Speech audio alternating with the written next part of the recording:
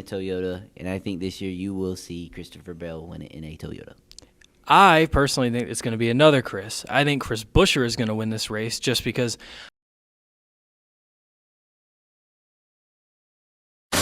I don't have a shifter. We got to fix that. Welcome to The Shifter, everybody. The Clash Reaction Special edition of The Shifter. But before we get into the Clash, Matt got into some antics this weekend. All right. So, first off, I went to the Trackhouse Motorplex to go racing go-karts Trackhouse Motorplex. with my dad. With his dad. Take it away, sorry. Supposed to be my segment. It guys. is your segment. Take it Gosh. away. We're even going to zoom in on you. last week. Now you won't let me do my segment. All right, so we went there, got to drive some real fast 60-mile-an-hour go-karts. You know, in my head, I was thinking maybe I can beat my dad this time. Maybe that'll finally happen. No, tried to pass him once. I spun out and wrecked. I spun out and wrecked a few times. Didn't hit the wall though. Luckily, lock it down. Darrell Waltrip. But he's just better. He's just simply built different. He just knows how the cart goes, and I don't. I'm just the apprentice that doesn't know what the hell he's doing, and I just need to clean up my act. And speaking of cleaning up my act, I need to apologize to the great state of South Carolina. Go Cox. Because, dear Lord. Well, let me tell you something. I did not know. No. You know what, Matt? I need to take this one over because I need to hold you accountable. We on this show do not condone doing a 64 and a 60.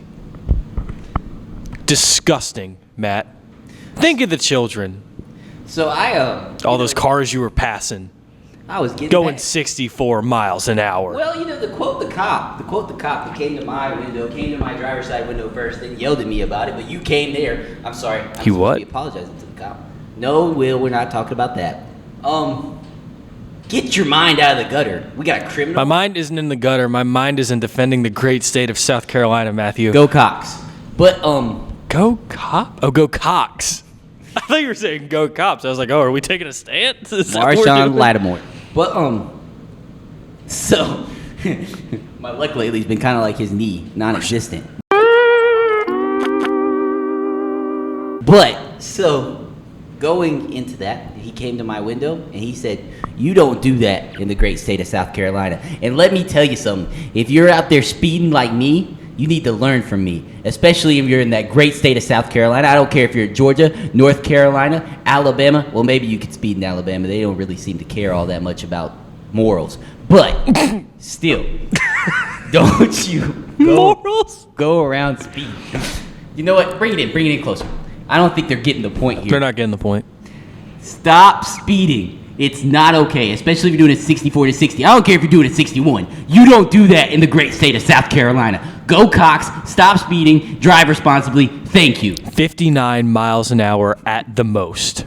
And even that is I don't want to too see far. 60 and a half. Go Cox. What an asshole that cop was, right? Holy shit.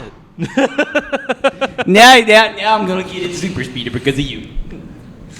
My bad, Speed Racer. Great movie. The best movie of all time is Speed Racer 2008. I'll argue anybody on that. But what I won't Speed argue Racer. anybody on is that the Clash happened this past weekend, but not on Sunday as it was planned. As far as I know, first time ever, a race was moved up due to inclement weather. This is the first time? Yeah, I think even more crazy is you look at the fact that two of NASCAR's like big market events that are actually in the big city, the last two have been impacted by like record-breaking floods. Yeah. Chicago last year, won by Shane Van Gisbergen. Ow.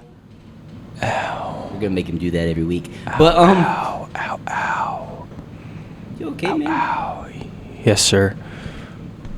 But then you also have the race at the LA Coliseum this year. When was the last time it rained in California? Don't ask me. But NASCAR, I feel like the only decision to get this race in was moved to Saturday because you're not sticking around in LA until Thursday No. for the race. But I think this is actually a good decision. Sucks for the people that were planning to travel on Sunday or could only go on Sunday. But I feel like NASCAR refunding the ticket. Hopefully they can come out to another race. Maybe Sonoma. I know it's the other race in California because we lost Auto Club. Still stupid. But I feel like this was the only decision NASCAR could make. Also, making it mission free was kind of a cool thing, and it sucks that we lost the heat races. Yeah, and I mean, we talk about like the record-breaking weather events. I guess this joke is gonna rule.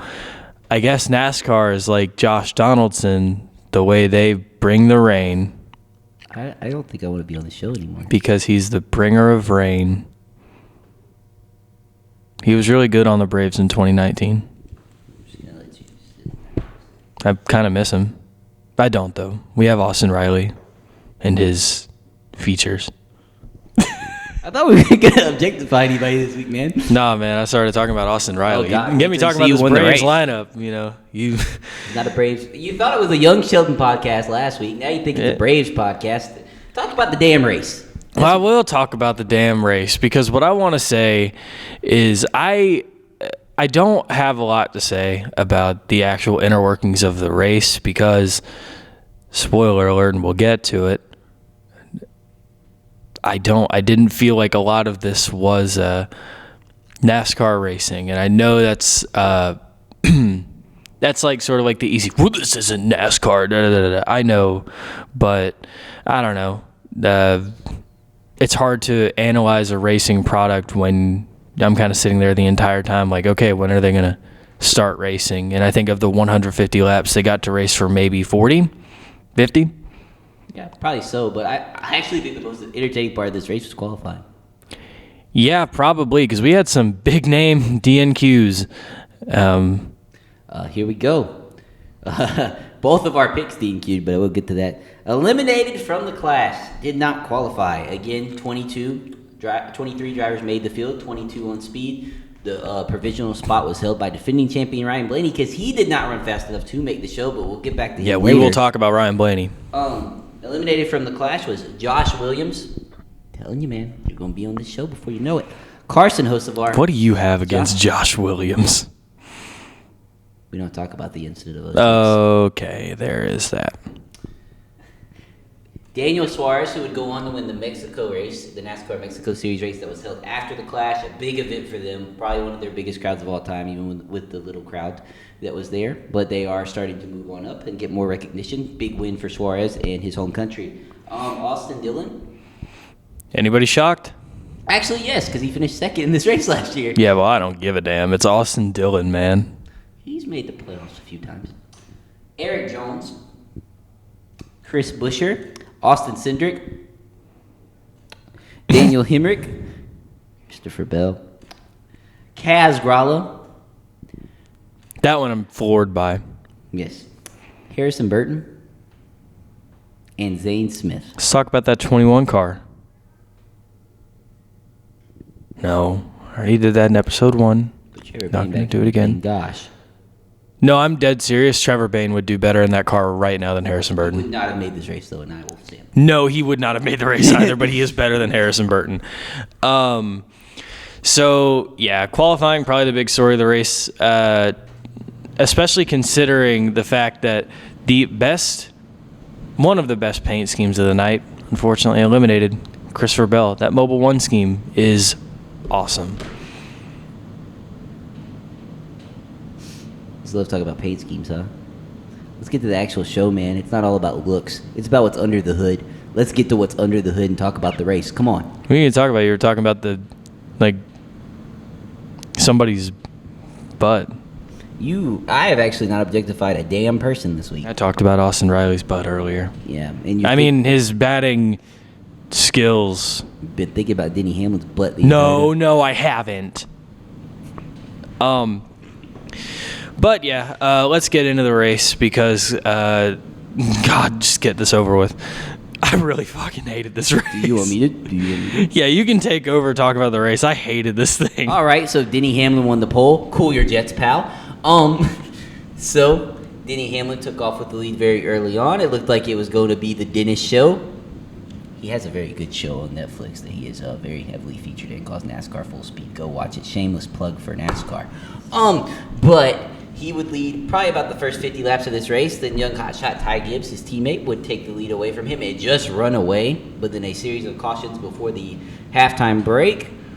Yes, I said halftime break because here at the Clash we have a halftime. We were supposed to have a halftime show, but thank God that didn't happen because Machine Gun Kelly would have been the singer for that.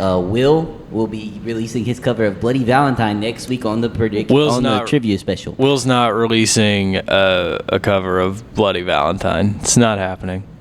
All right, guys. So now, after the halftime break, right before the halftime break, Ty Gibbs kind of got schooled on a restart by Joey Logano and Kyle Busch, so that allowed Joey Logano to take the lead going into the break. Then Joey Logano would quickly be schooled by Ty Gibbs on the next restart. Ty Gibbs would run away yet again. Late in the going, it looked like we were going to have a classic short track racing finish with some lap cars being in the way of Ty Gibbs and the veteran Joey Logano running him down, but we did not get that as Michael McDowell and Ross Chastain would have contact on the backstretch at the Clash, and it would result in one of the funnier crashes of the night with Michael McDowell just kind of turning himself into the wall. Yeah. But then we would have a restart, and Ty Gibbs would push up the track, showing some more inexperience into Joey Logano.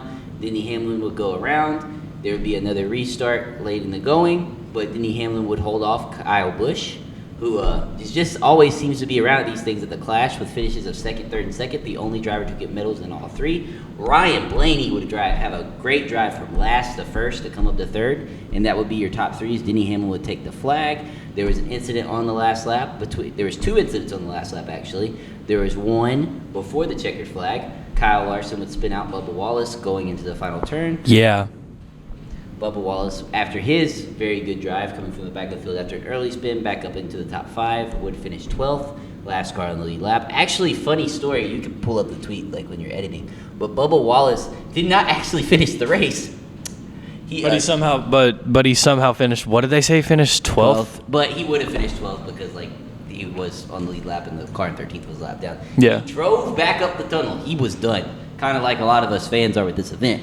Yeah. But there was the other incident on the last lap was Ross Chastain cleaned out Tyler Reddick. Tyler Reddick drove like a tool the entire night. He did. Somebody had enough.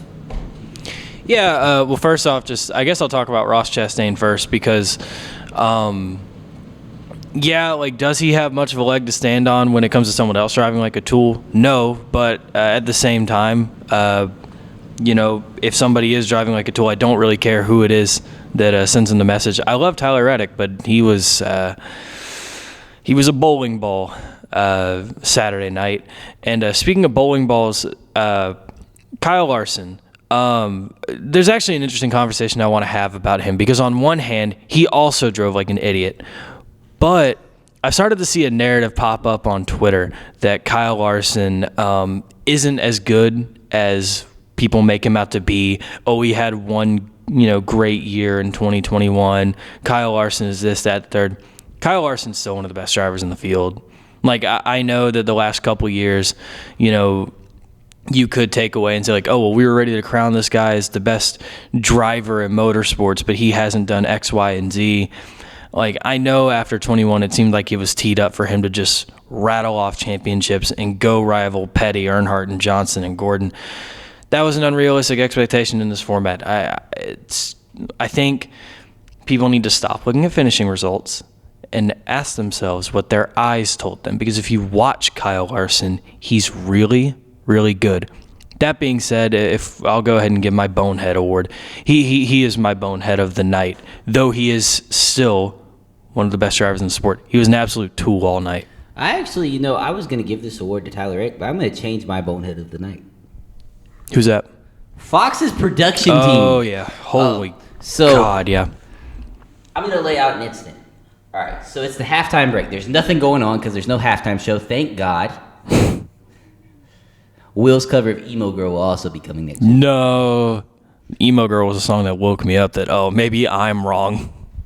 So, during the halftime break, a driver, Ricky Stenhouse Jr., defending Daytona 500 champ, got out of his car to go confront another driver. John Hunter Nemechek, new to the Cup Series, won 7 Xfinity Series races, I believe, last year. Made the show. Great showing for him to even make the show. Yeah. But He confronted him. They had an argument during the halftime break where nothing is going on because the halftime act did not show up. Thank God. But we're just kind of sitting here, kind of painted to all the cars. We don't see that. We don't get a replay of Bubba Wallace's last lap spin. We don't know what happened. We just know Kyle Larson turned it. We don't know if Kyle Larson got hit. It might not have been Kyle Larson's fault. Could have been Alex Bowman's. Yeah, it still wouldn't change my answer, by the way, for Bonehead of the night, though. Yeah, like he wrecked other drivers. So, but we didn't get a replay of Ross Chastain wrecking Tyler Reddick. We cut the coverage before the big incident of the night between Ty Gibbs and Joey Logano. yeah, they could not get out of there quick enough. Yeah, I mean, I know that there was a college basketball game going on, but it was Xavier blowing out DePaul. Is there really like a market for that? Like, there is a market for the legacy Big East, but it's not. I mean, the game was already 23-8. Yeah. I mean, they could have waited 5 more minutes. But they got to get on it. The announcers are a lot better. Kevin Harvick did good. Clint was better. Mike Joy was actually brought more energy, I felt like, than he has the last 2 or 3 years to this race. But they just, maybe, I'm going to give them some grace here. Maybe with the weather in the area, it being moved up today, maybe they had shortened staff. Yeah, I'm hoping, and that's really the only justification for the camera work. And I will say, we do need to make a point that when camera work is good, no matter the network, we need to highlight it, because it's really easy for us keyboard warriors to sit and criticize a broadcast. It's kind of like the AC. You only notice it when it's not working. Or offensive line, most people only notice it when it's not good. So we need to do a better job of praising a broadcast when it is good. This one was not that, though. This is pretty terrible. Because I think that's the reason why people end up criticizing the commentators, because they kind of get hung out to dry a lot. Because how often, do you hear Mike Joy go, "Oh, spin in turn 2," and they're still, showing Denny Hamlin driving down the backstretch, and they've got to wait for them to cut to the crash to start talking about it. Fox has missed so many crashes over the last year and a half. It's not funny. Yeah, I don't know what happened there. If you pay any attention to Fox at all and their other dealings, it's clear that this is just a theory, allegedly. I think they are struggling financially, or they're at least cutting corners. They are cash grabbing at this point on all of their networks. So, I'm not going to make that joke. We're going to talk about like the really bad Fox Nation content. Yeah, I mean, they had the revived Duck Dynasty. They revived Rosie O'Donnell. Not Rosie O'Donnell. Roseanne. I'm sorry. Don't do that to Rosie O'Donnell. Come here. I apologize, Rosie O'Donnell. I made a mistake. Kind of like I made a mistake in the great state of South Carolina this weekend. Go Cox. Yet to be forgiven. But so that being said, though, like, the broadcast was not the biggest problem with this event. The biggest problem with this event is it just does not work in its current format. I really love the idea of having the race not just on a short track. I love the idea of having it in a football stadium. I think that's a great gimmick. But I think, and I also, by the way, I even love the format with the heats and the last chance qualifiers. I love that. But I think the problem is simple. We have too many cars on this racetrack. Yeah. We have too many cars on the racetrack. The no caution laps is really stupid. I know, like, on paper it sounds like a great idea. Like, oh, well, it's more racing. When a caution is coming out every, lap or so at a point, it just feels like it's at a standstill. It feels like there is no reason to be watching until they get going. And that, I will say, like, we did eventually get a good green flag run after the break. I want to say it was like probably 40 or so laps. Yeah, that run where Joey Logano was starting to catch Ty Gibbs. And you had some comers and goers in that run as well. Yeah, and my sort of underdog of the race, was defined by this run. I thought Ryan Preece showed me a lot. And also, just like you talked about Stuart Haas in the production meeting, got 3 of the 4 cars in the show. Yeah, they did. My underdog of the race, he showed some good pace in this run too. Justin Haley got in this thing in a Rick Ware racing car. That was pretty amazing. He qualified 11th, and he sat 11th, and he was making a couple passes after he fell back to 14th on the restart, got back to 12th. His engine sadly blew, but what a run for them. Yeah, but, and that being said, also, we'll go ahead and address, not the elephant in the room, but the driver of the race, the MVP, was Ryan Blaney. It was. You can't pass at this place without hitting people. I didn't see him really hit one person. To be honest with you, he got all the way from 23rd, last place in this event, to 3rd. Yeah, I thought Ryan Blaney did a wonderful job.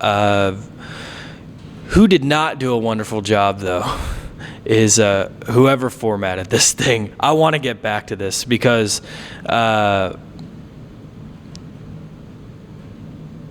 something's got to change.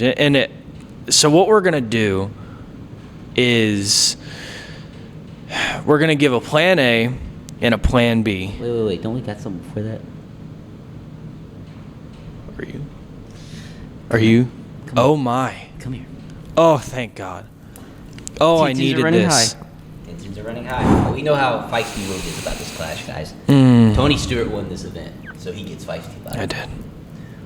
Don't befuddle the great name of Tony Stewart, Bud Shootout King. So, welcome to A Moment with Matt. All right, guys. We had a 9 points of it this weekend. It was the clash. But, I want to highlight another 9 points event for my moment with Matt. The All-Star race. And particularly, the 2015 running of this event. God, we talk about 2015 a lot on this channel. Yeah, we do. But, back in 2015, there was this thing called Dogecoin. And the Doge got in the show. But the thing was, it kept Danica Patrick out of the show as well, thank God. Sorry, Danica. But Josh Wise was the driver of this Phil Parsons Racing Ford. And I'll tell you what, it did not compete very well in the show. No, it did not. But it did what Danica would have done. I'll give it that. Maybe slightly less crashes. But Josh Wise was a great driver. Not a lot of you know. He drove for Junior Motorsports at one point. Don't ask his stats. Don't look them up. Please don't. Don't do it.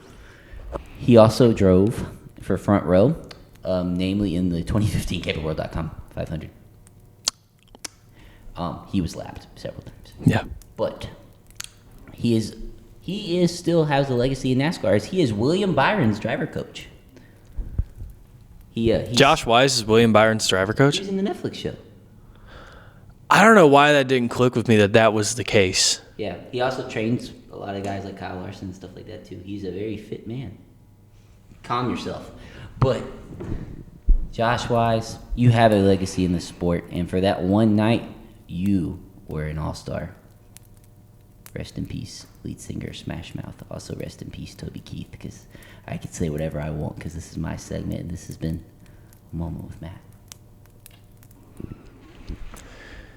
And as the lights go out, Guys, the light. the show must go on. That was awesome. He's gonna edit, guys. I'm gonna break the fourth wall here.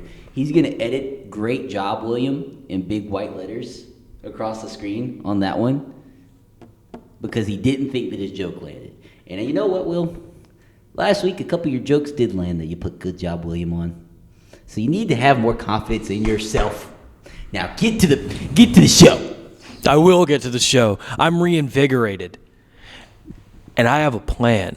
2 plans, actually, funny enough. Devious. So we each have a plan A and a plan B for what to do for the Clash going forward. Plan A is how to fix the Clash at the Coliseum. Plan B is where would we move it? So, Matt, what's your plan A? How do you fix the Clash at the Coliseum? Sorry, guys. I was texting Big Kennedy about how to fix this damn thing because he needs to get to freaking work. All right.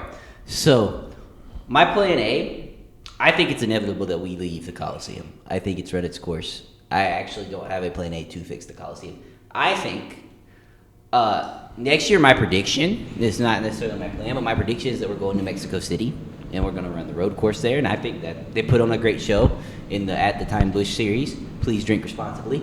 But, or don't drink at all. But, so I think going there would be a really cool market. I think maybe exploring some of these overseas different country markets could be really cool for the sport. See if there is a market there, kind of like the NFL does with the London game every year and what they're doing with the Brazil game to start off the year next year. which I think that's going to be really cool. That's going to be a crazy environment. Oh my But- God, yeah. So for this, I think maybe we use this as a slot to explore different things. I don't think going back to Daytona is necessarily the answer at all either. If you want to stay in California, go to a place like Laguna Seca or something like that. Ooh, I really like doing Laguna Seca. But I mean, and then maybe if they do get the plans for Auto Club approved, maybe you build like this crazy environment for the Clash with that place. You could do whatever you want. Dear God, don't bring any more non-points events to Texas. I also would love to go back to Montreal. There is a big racing market in Canada, and I think they would love it. I mean, maybe go to some of these F1 tracks. I mean, if you can get there, we already got COTA. Maybe the course in Miami would be fun. Maybe the Nashville street circuit if you want to try another street race that IndyCar goes on. But like, I think we need to use it. I don't really even have a plan B. I just have this plan. I think we need to use this as a slot to explore different things because really the sport, like there is a demand for this sport. There was that poll the other week where NASCAR ranked top 5 in the sports among this generation that like people are interested in. Yeah. I mean, we were above F1, and you think all the young people are interested in F1, you know? They're not. They watch the show. And Yeah. now we have this Netflix show that's still in the top 10. There has been a great audience, a great reception to this thing. It was wonderfully done. Thank you, Junior. Thank you, Ben Kennedy, for producing this thing. And thank you, Denny Hamlin, for making it entertaining. But, so I really just think that we need to explore these different markets. And I don't think LA is the market. Like, I think at this point, if the state of California hasn't gotten enough NASCAR exposure, it's just not going to be there. And I mean, you saw the turnout the first 2 years. We've tapped into that market. Yep. They should come to Sonoma. But I think we just need to look at different markets, strike in a bigger audience in this thing, and keep growing the sport.